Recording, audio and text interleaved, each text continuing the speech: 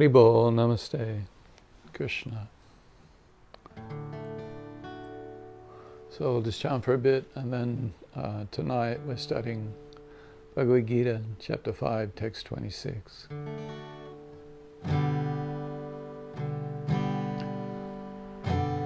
Namo Vishnu Padaya Krishna Pustaya Bhutale Mate Sirasarupana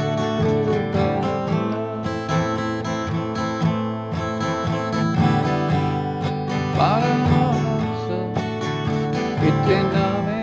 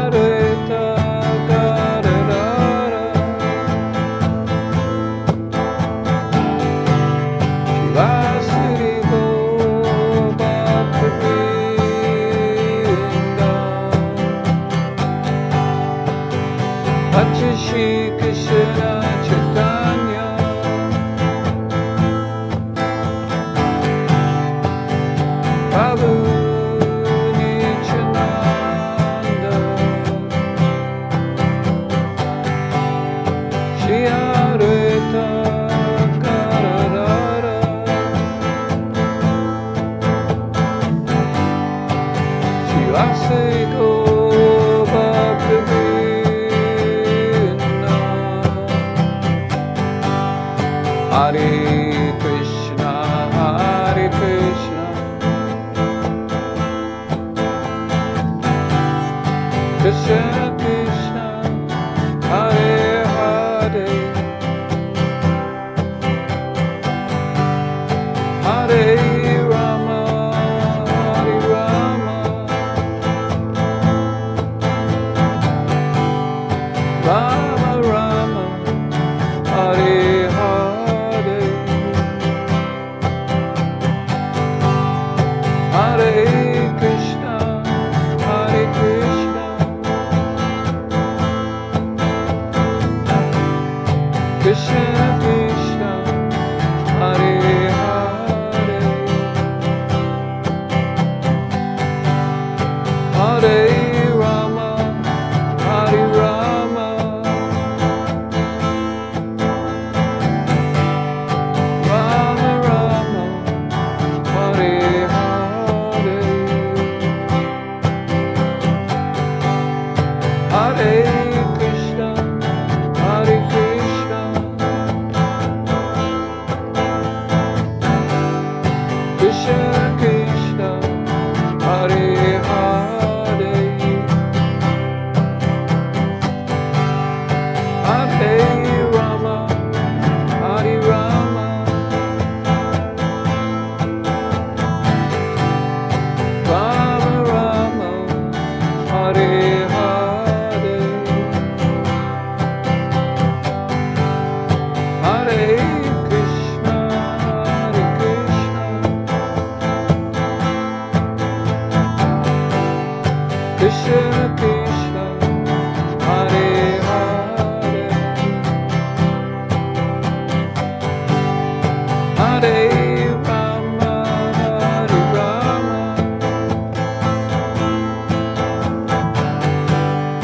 Rama Rama, Hare Hare, Hare Krishna, Hare Krishna, Krishna Krishna, Hare Hare, Hare Rama, Hare Rama, Rama Rama, Hare Hare, Hare Krishna, Hare Krishna,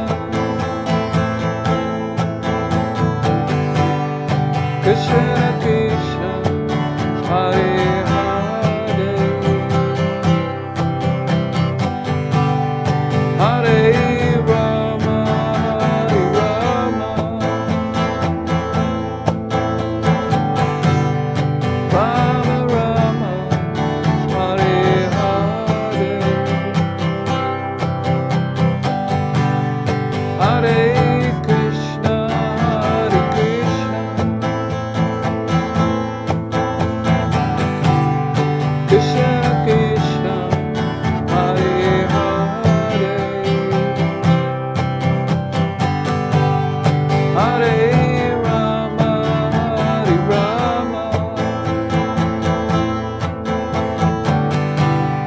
Rama Rama, Hare Hare, Hare Krishna, Hare Krishna, Krishna Krishna, Hare Hare, Hare Rama, Hare Rama, Rama Rama, Hare Hare,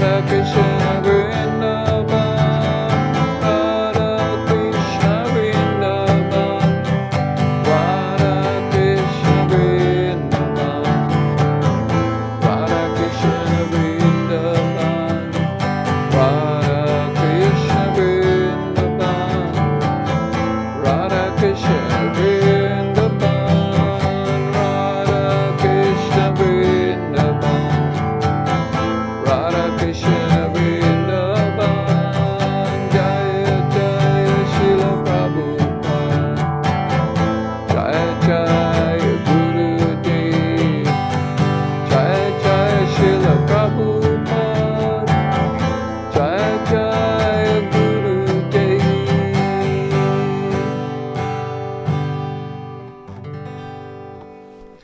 Jayam Vishnupad Paramahansa Parivrajaka Satara Sata Shishimad Jagakuru Siddhaswarupananda Srila Prabhupada Ki Jai.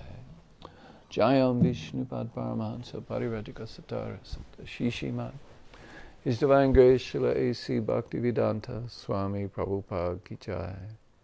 Ananta Koda Vaishnava Vrinda Ki Jai. Prem Se Kaho Shri Krishna Chaitanya Prabhu Nityananda Shri Advaita Gadadhar Shri Gaur Bhaktivinoda Ki Jai. Namacharya Srila Haridas Thakur Ki Jai. Nitai Gaur's World Mission Ki Jai. Navadvip Dhamma Ki Jai. Shri Shri Radha Krishna Gaur Gopinath Shama Kun Radha Kun Kira Govardhani Ki Jai. Vrindavan Ki Jai. Mathura Dham Ki Jai. Mayapur Dham Ki Jai. Ganga Mai Ki Jai. Jamuna Mai Ki Jai. Tulsi Devi Ki Jai, Bhakti Devi Ki Jai, Samaveda Bhaktivinoda Ki Jai. All glories to the assembled devotees, Hare Krishna. All glories to the assembled devotees, Hare Krishna. All glories to Shri Guru and Shri Gauranga, Gaura Premanandi, Hare Hare Bol. Amagina Timarandasya Ganagana Shalakaya Chaksurun Militanyena Tajmai Shri Guruve Namaha. Shri Chaitanya Manobhistam Sthapitam Yena Bhutale Swayam Rupa Kadamayam Dadati Swapadantikam Vandeham Shri Guru Shri Yuta Padakamalan Shri Gurun Vaishnavamscha Shri Rupam Sagrijatam Sahagana Raghunatham Vitam Tam Sajevam Sadvaitam Savadutam Parijana Sahitam Krishna Chaitanya Devam Shri Radha Krishna Padan Sahagana Lalita Shri Vishakan Vitamscha. Hey Krishna Karuna Sindhu Dina Bandhu Jagapate Gopisha Gopika Kanta Radha Kanta Namostute Tapta Kanchana Gorangi Radhi Vrindavaneshwari Rishabhanu Sutta Devi Pranamami Hari Priye Vanchakapa Tarubhyascha Kripa Sindhu Bhaivacha Patitanan Pavenbhyo Vaishnavbhyo Namo Namaha. Shri Krishna Chaitanya Prabhu Nityananda Shri Advaita Gadadhara Shivasadi Gaur Bhaktivinoda Hare Krishna Krishna Krishna Hare Hare Hare Rama Rama Rama Hare Hare.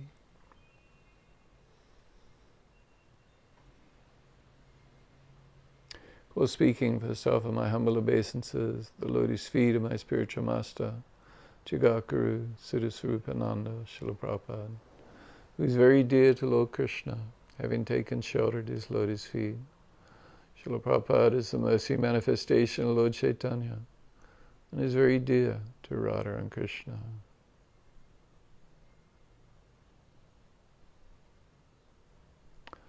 I offer my respectful obeisances to all the Vaishnava devotees of the Lord, who are like wish-fulfilling trees, able to fulfill all the desires of the fallen living entities, and are full of compassion upon them.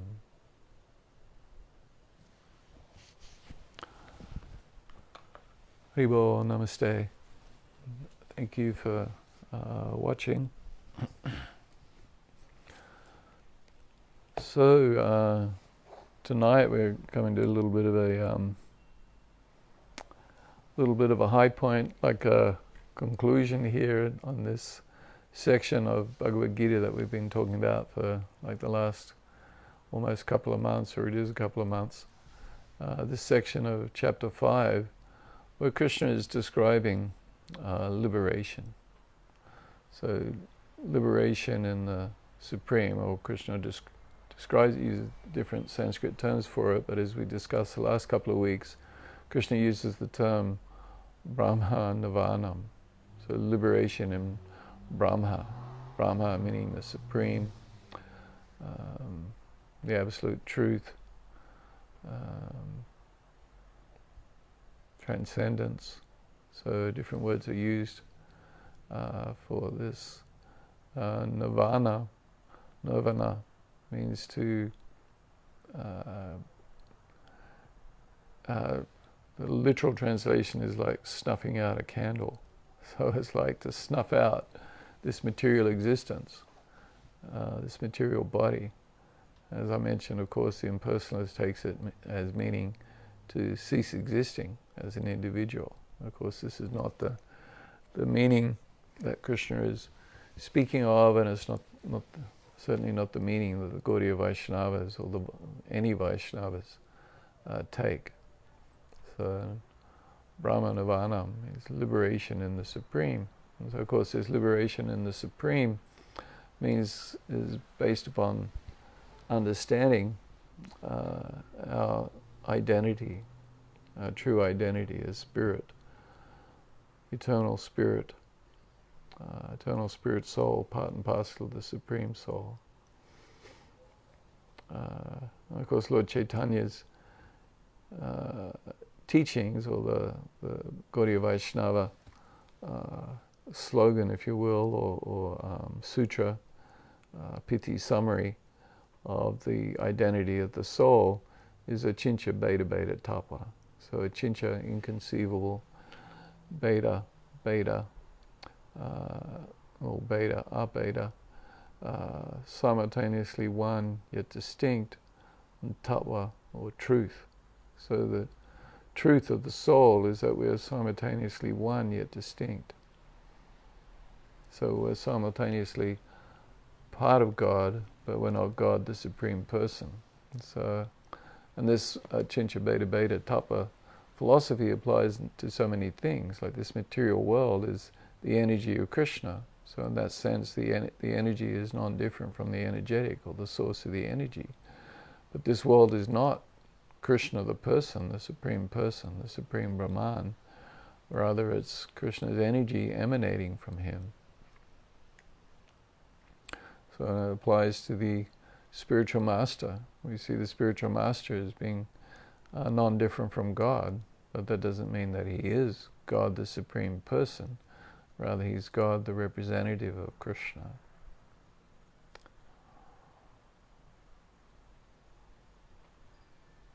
So this teaching of Chincha Beta Beta Tapa, Lord Chaitanya described this in his teachings with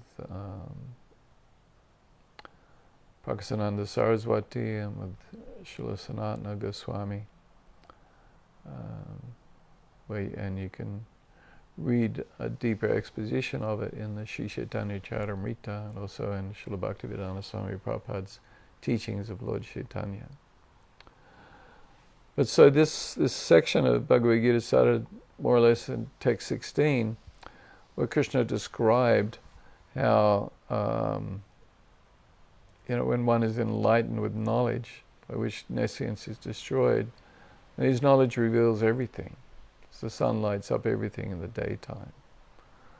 So then Krishna begins to describe the characteristics, or the qualities of one who's been enlightened with knowledge. So how do we get enlightened with knowledge? This knowledge comes from Krishna, through Krishna's representative, through Krishna's teachings.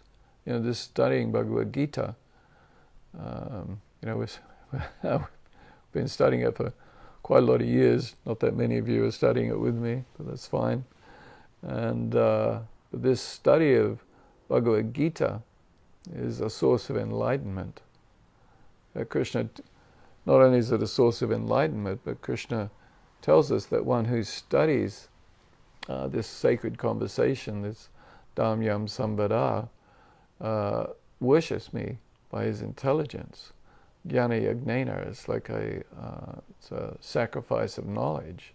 In other words, we could do something else with our time. We don't have to read Bhagavad Gita, we could read something else. Or we could be doing something else with our time. But we're engaging our time and our intelligence in studying Bhagavad Gita. And so this is a sacrifice of knowledge or a sacrifice of our intelligence. And so this is pleasing to Krishna, the studying of this Bhagavad Gita. So, and we receive it from a spiritual master. In other words, like people have been reading Bhagavad Gita for centuries, eons, thousands of years. It's been calculated that Krishna spoke Bhagavad Gita, over 5,000 years ago. People have been studying it ever since.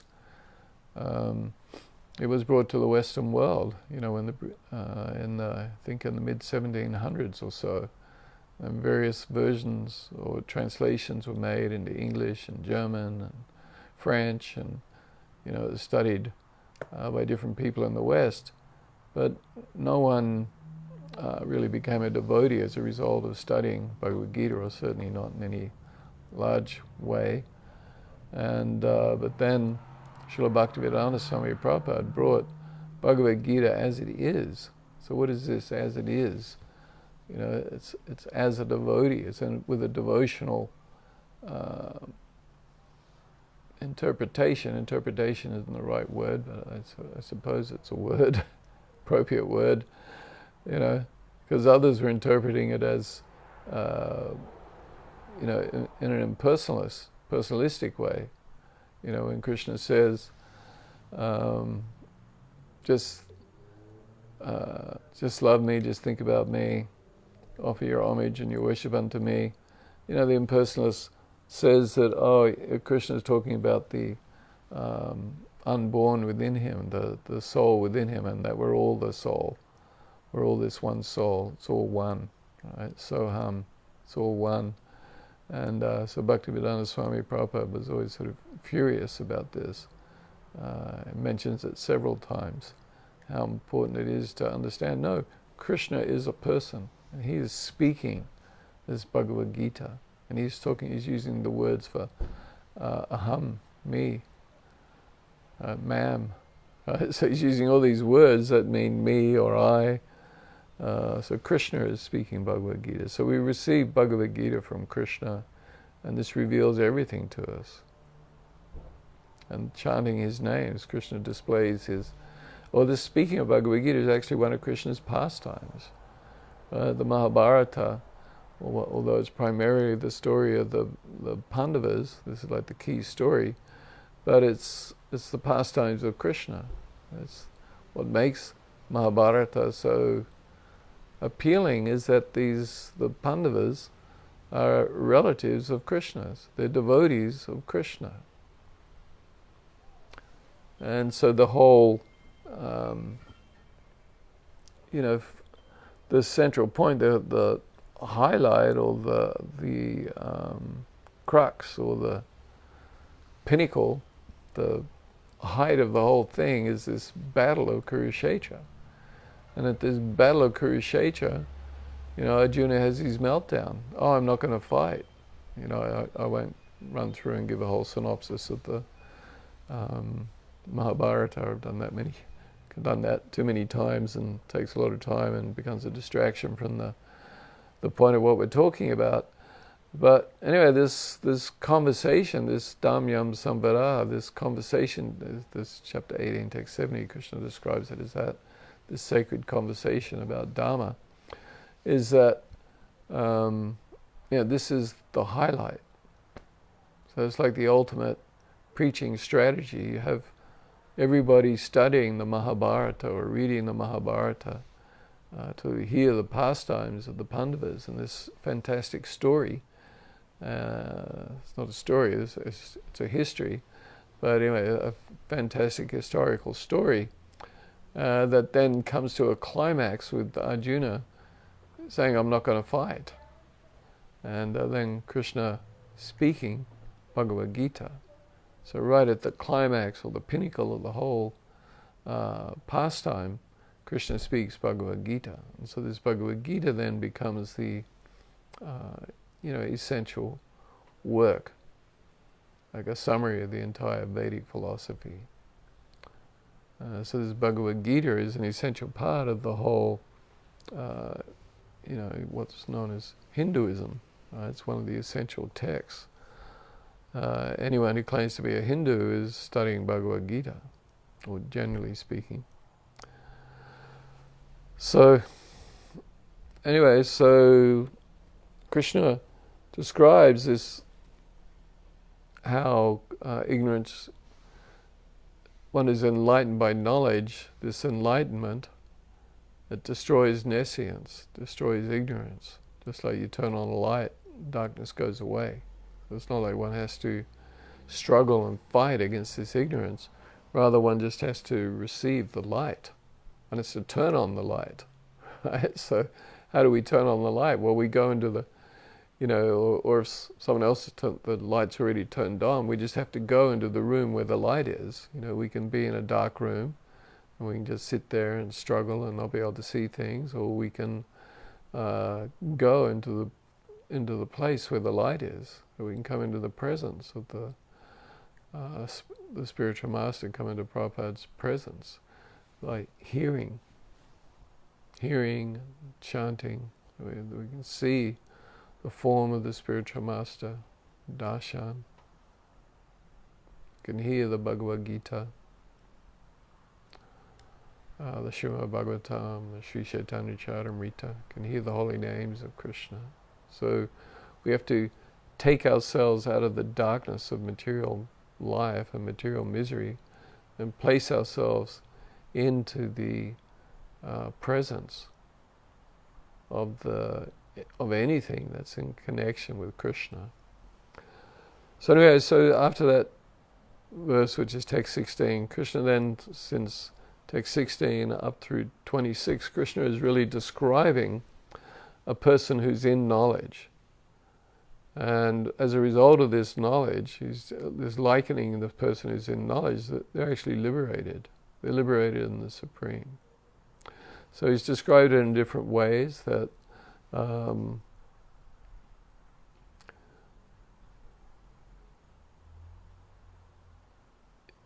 and this is a key verse, text 17, when one's intelligence, mind, faith, and refuge are all fixed in the Supreme, then one becomes fully cleansed of misgivings through complete knowledge, and thus proceeds straight on the path of liberation.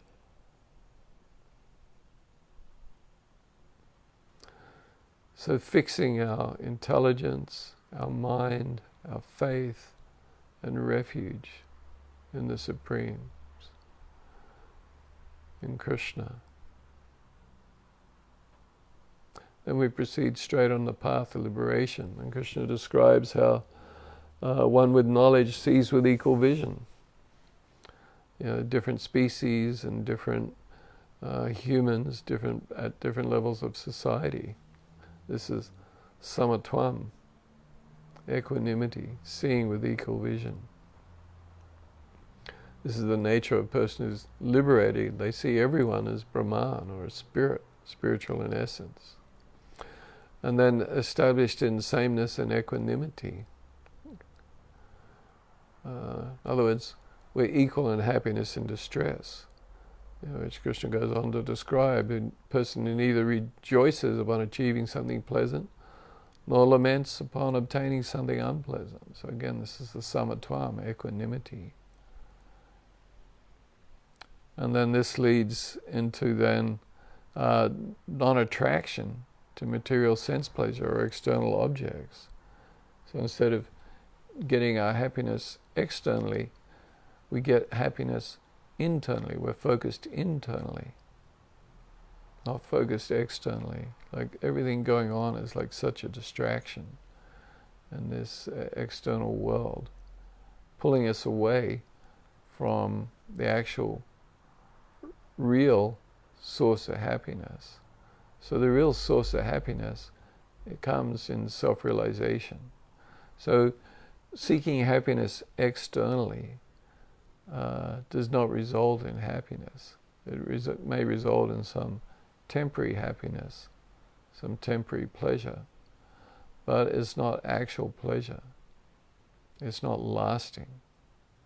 Which Krishna goes on to describe that as son of Kunti, such pleasures have a beginning and an end. So the wise man does not delight in them. There's no point in putting any time into experiencing it.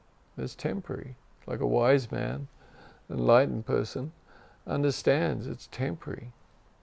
What is the value of getting all worked out, of living my life in pursuit of temporary pleasure?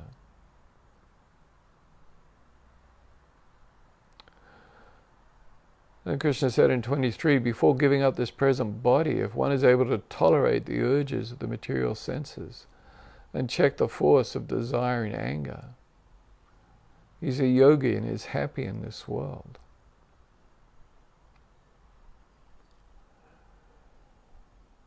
So tonight's verse, Krishna comes back to talking about desire and anger, kama and krodha. Then again he speaks, one whose happiness is within, who's active within, who rejoices within, and is illumined within, is liberated in the Supreme, and ultimately he attains the Supreme. So this is Brahma Nirvana. Last week's verse was one who is beyond duality and doubt,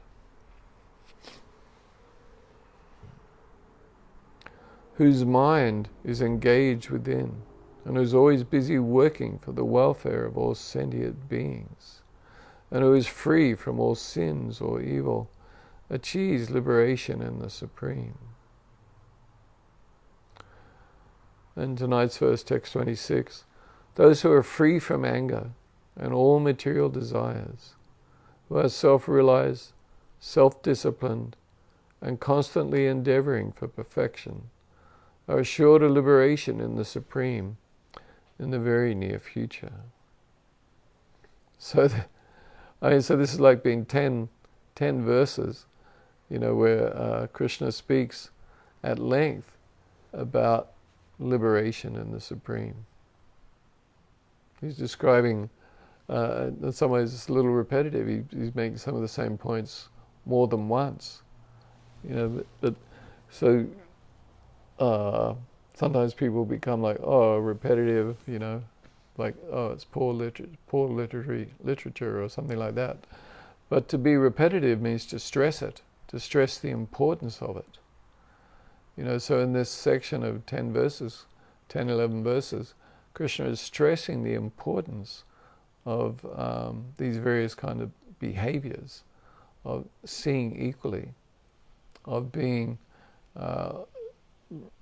renounced or detached, not seeking pleasure externally, finding pleasure within.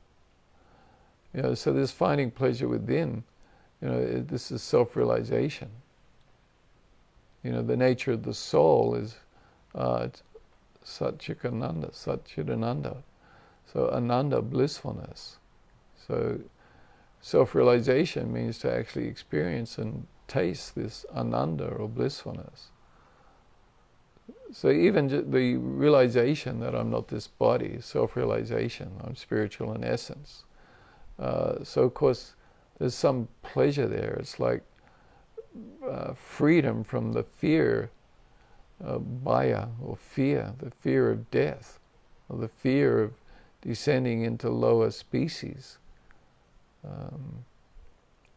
So there's this sense of appreciation, understanding, I'm not the body, I'm spiritual in essence, which is the beginning of spiritual realization, self-realization. There is some happiness there, some blissfulness there.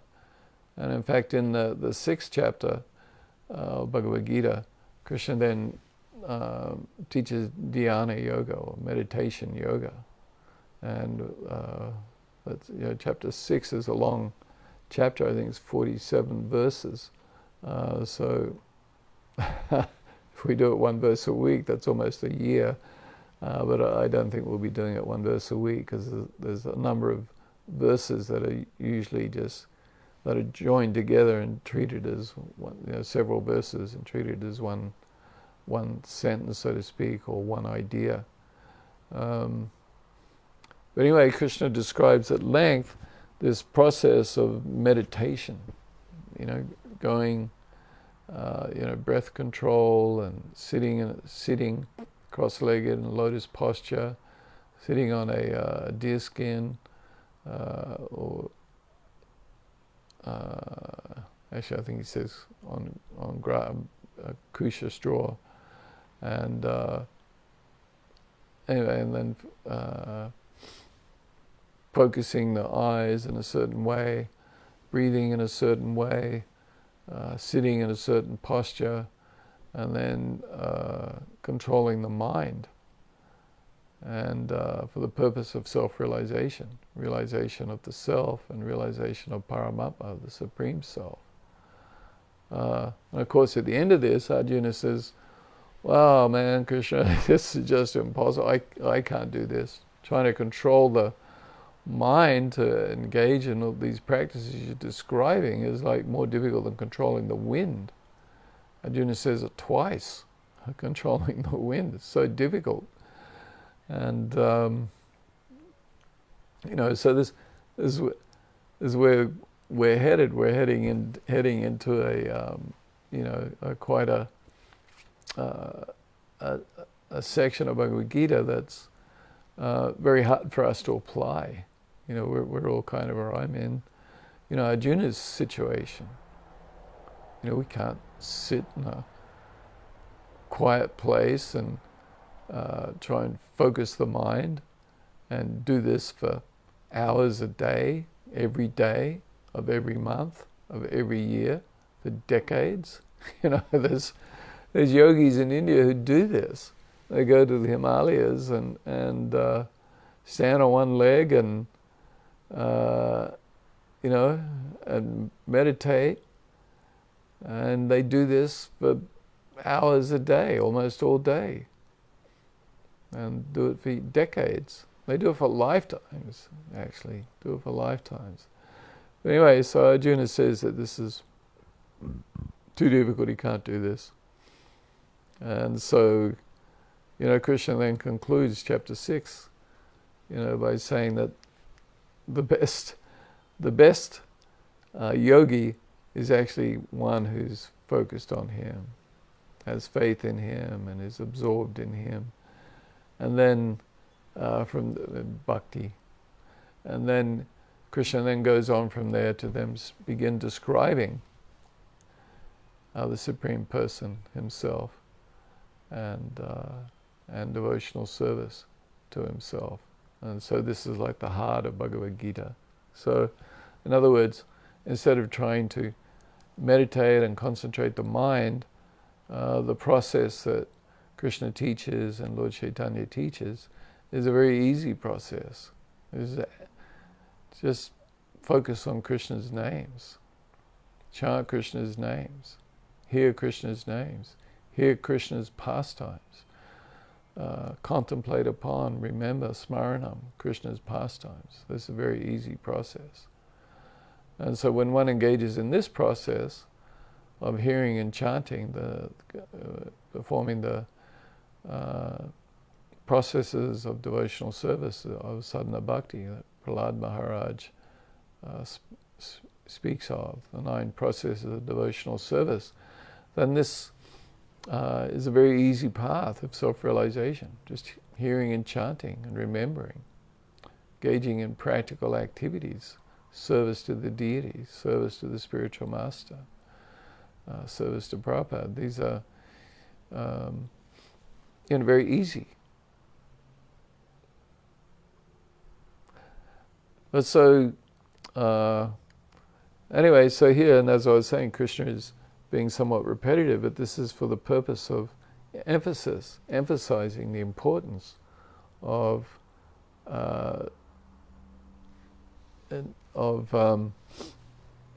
these characteristics he's describing. And in particular here he's beginning this verse with being free from anger and lust. So the verse is Kama Krodha Vimuktanam Yatinam Yadashetasam Abhito Brahminovanam Vatate Viditatmanam Kama Krodha Vimuktanam Yatinam Yadashetasam Abhito Brahmanovanam Vatate Viditatmanam. That's an interesting verse. Every pada or quarter verse ends with a sound. It's unusual. I'm not sure. I think in all these verses we've been studying, that's the first time we've had a verse that every pada or quarter verse ended with an sound. But so, Kama Krodha Vimuktanam. So kama is desire or love or greed, lust. Krodha is anger or wrath. And Vimuktanam, of those who are liberated or separated from, the unyoked or the disjointed, of those who are free. So being free from kama or lust or material desire, and krodha, anger and wrath. And of course anger and wrath is the result of material lust. Right? Desire for material enjoyment leads one to frustration and wrath and anger. So Krishna is saying, one who's free of this, yatinam, yadashetasam. So yatinam is the saintly persons, or the ascetics, or the renunciate. Yadashetasam, of persons have full control over the mind. Of the restrained in thought, of those whose thoughts are controlled, for those who have controlled their minds. So controlling the mind. Controlling the mind is so difficult. As Arjuna says, it's like trying to control the wind. Or it's like it's either in chapter 2 or chapter 6, but Krishna likens the mind to a flickering candle that's being flickered. With sort of the mind flickers, goes from one thing to the next, jumps from one thing to another. So controlling the mind is very difficult, extremely difficult. Some of these processes of the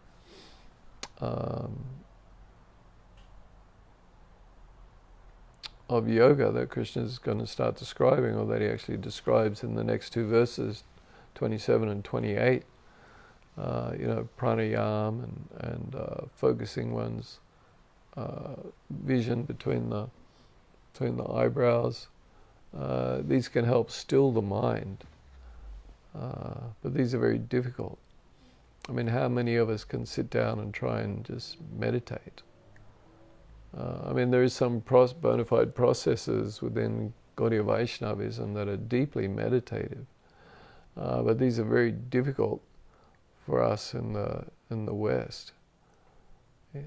Our mind is constantly wandering, and we're always having to try and bring it back, bring the mind back to the sound of the chanting of Krishna's names, or back to the thought of Krishna's pastimes or Krishna's form. So Krishna's nama, rupa, guna, and lila. His nama, his name, his rupa, his form, guna, his qualities, and lila, his pastimes. This is what we want to focus our mind upon. So this is the process of bhakti yoga, of controlling the mind by focusing the mind in Krishna. And so then when we're engaged in practical devotional service, and so we're perhaps our mind is going to our work, or to our children, if we're bringing up our children to be devotees of Krishna, if that's our goal in working with our children, that's our desire. We're attempting to be pleasing to Krishna by helping his part and parcel, his spiritual spark that's emanating from him, that's within this body, that's sprung from our body, in other words, our children. If we're bringing them up to be devotees of Krishna, so then naturally we're thinking of them, thinking about how they're doing, and how can I help them, and how can I teach them, and and so on. So this absorbing our mind in our service. So even though, we might be chanting on our beads, and our mind may go to our devotional service. Well, this is not a bad thing. Of course, we want to sort of stop our mind from wandering all over the place, which of course is very difficult. But so we should try to focus upon the sound of Krishna's names. We can look at a form of Krishna. Some devotees, Krishna Kathadas, made a really nice video, YouTube video, that's of Krishna's pastimes. Can think of our spiritual master, our spiritual master's pastimes, of his teachings. We can think of Krishna and his teachings. So in this way, we can try to control our mind, absorb it in Krishna. This is a controlled mind. Yata shetasam. So shetasam, as being translated here, is mind. It's often consciousness. So it's sort of more than just the mind. It's our consciousness. It's like consciousness is almost like our material nature.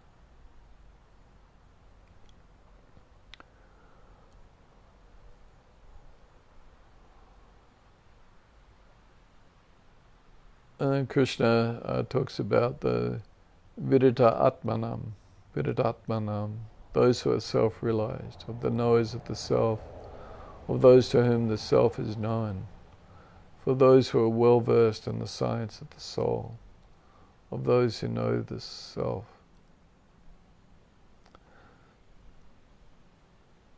So Krishna is describing that those who are free of kama krodha, vimuktanam kama krodha, so free of material desires and anger and wrath, which Krishna spoke of just 3 or 4 verses ago.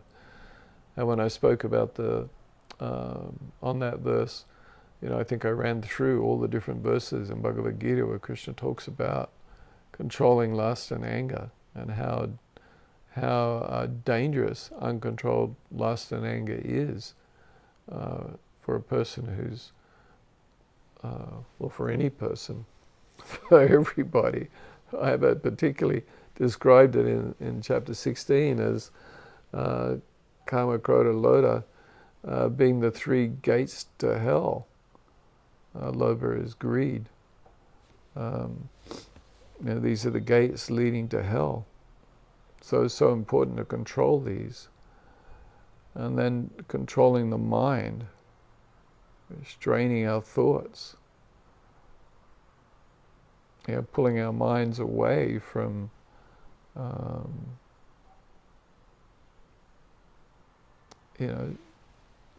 unhelpful, dangerous things. Like the internet's a terrible thing, because it's got its benefits, but it's a terrible thing in that it made access to pornography so much easier for people. And Prabhupada has spoken about this many times. But so, a person has to control themselves, avoid seeing this stuff. And if somehow they accidentally see it, well, no, push it out of the mind.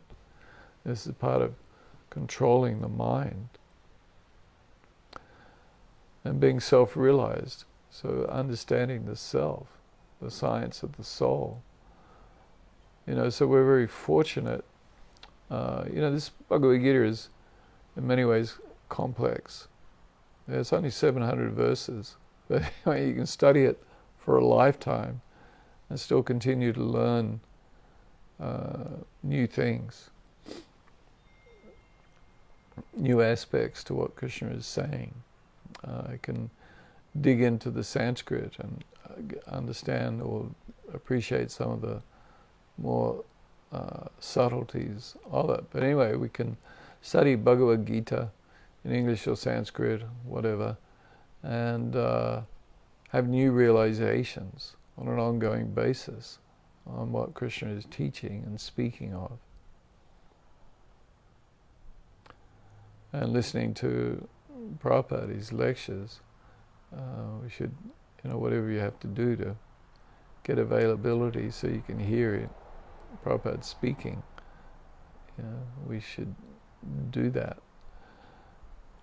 But so one who's self-realized, understands the science of the soul, is free from lust and anger, and has controlled the mind, then they are Brahma Nirvanam.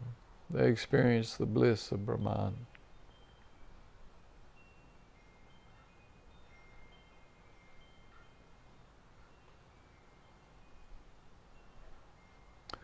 Liberation in the Supreme, the Nirvana or Brahman, extinguishing material life through spiritual realization, liberation in the Absolute.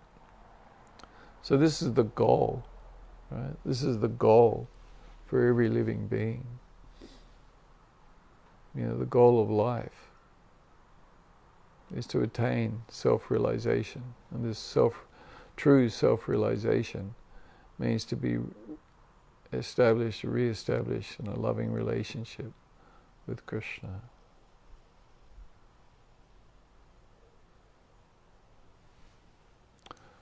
So Krishna is emphasizing that here. So that's kind of the end of that section of Bhagavad Gita. As I mentioned, in the next couple of verses, next two verses, 27 and 28, Krishna begins to speak about dhyana yoga, meditation yoga, and which is like a prelude or a preview almost of chapter 6. And then at the end of this chapter 5, Krishna speaks what Bhaktivedanta Swami Prabhupada called the peace formula, which is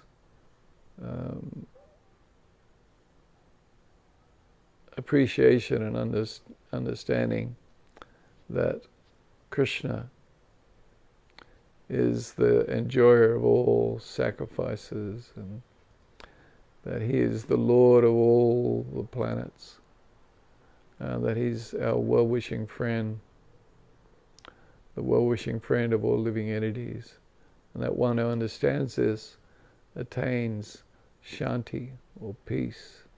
So this is the peace formula. Bhaktaram yagnatapasam savaloka maheshwaram suridam savabhutanam napamam shanti mrichite. So one who knows this napamam, one who knows Mam Krishna as the Bhaktaram yagnatapasam, the enjoyer of all sacrifice and austerity, Savaloka Maheshwaram, the supreme enjoyer or supreme lord of all the lokas, the people and the planets. Suridam Savabhutanam, the friend of all the living entities, the well-wishing friend of all the living entities. Napamam Shanti Mrichate. One who knows this then achieves peace. So Krishna makes clear at the end of this chapter that he is the Supreme Person. He is the one that we should strive to know, understand him as he is.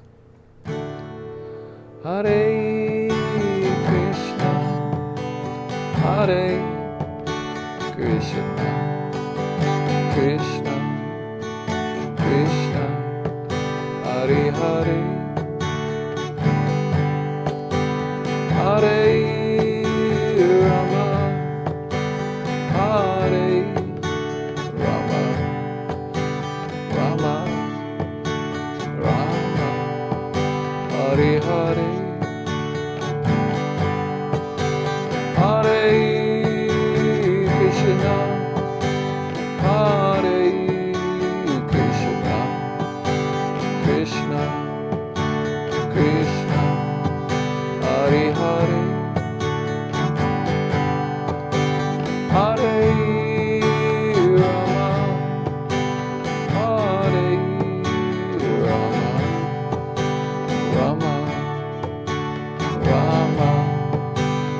Hare Hare,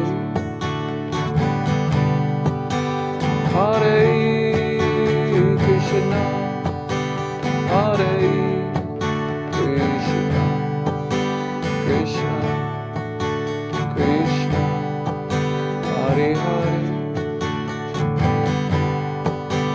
Hare Rama, Hare Rama, Rama Rama, Hare Hare.